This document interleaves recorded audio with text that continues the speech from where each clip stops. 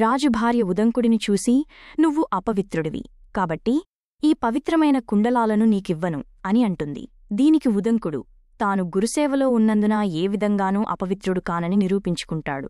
ఈ సందర్భంలో కుండలాలను పొందేటప్పుడు రాజుభార్య ఒక ముఖ్య హెచ్చరిక చేస్తుంది. ఈ దివ్య కుండలాలను తక్షకుడు కాపలా కాస్తున్నాడు. అవి అశుచి స్థలంలో ఉంటే తక్షకుడు వాటిని అపహరిస్తాడు. కుండలాలను తీసుకుని గురుకులం వైపు పయనమైన ఉదంకుడు మార్గమధ్యంలో అలసిపోయి వాటిని పక్కన పెట్టి నిద్రపోతాడు.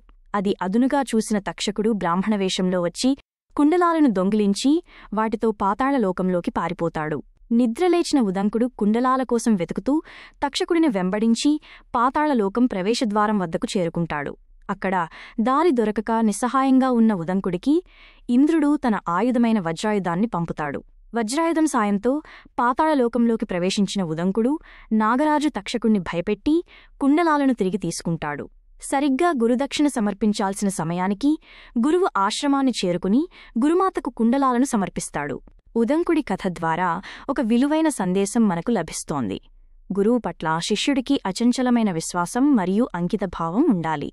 జీవితంలో ఎంత కఠినమైన సవాళ్లు ఎదురైనా గురు ఆదేశం మరియు సత్యధర్మం వైపు నిలబడితే ప్రకృతిలోని శక్తులు కూడా మనకు సహాయం చేస్తాయి. ఉదంకుడు కేవలం విద్యాభ్యాసం పూర్తి చేయడమే కాకుండా తన ధైర్యంతో పట్టుదలతో తక్షకుడిని ఓడించి పవిత్రమైన గురుధర్మాన్ని నిలబెట్టాడు.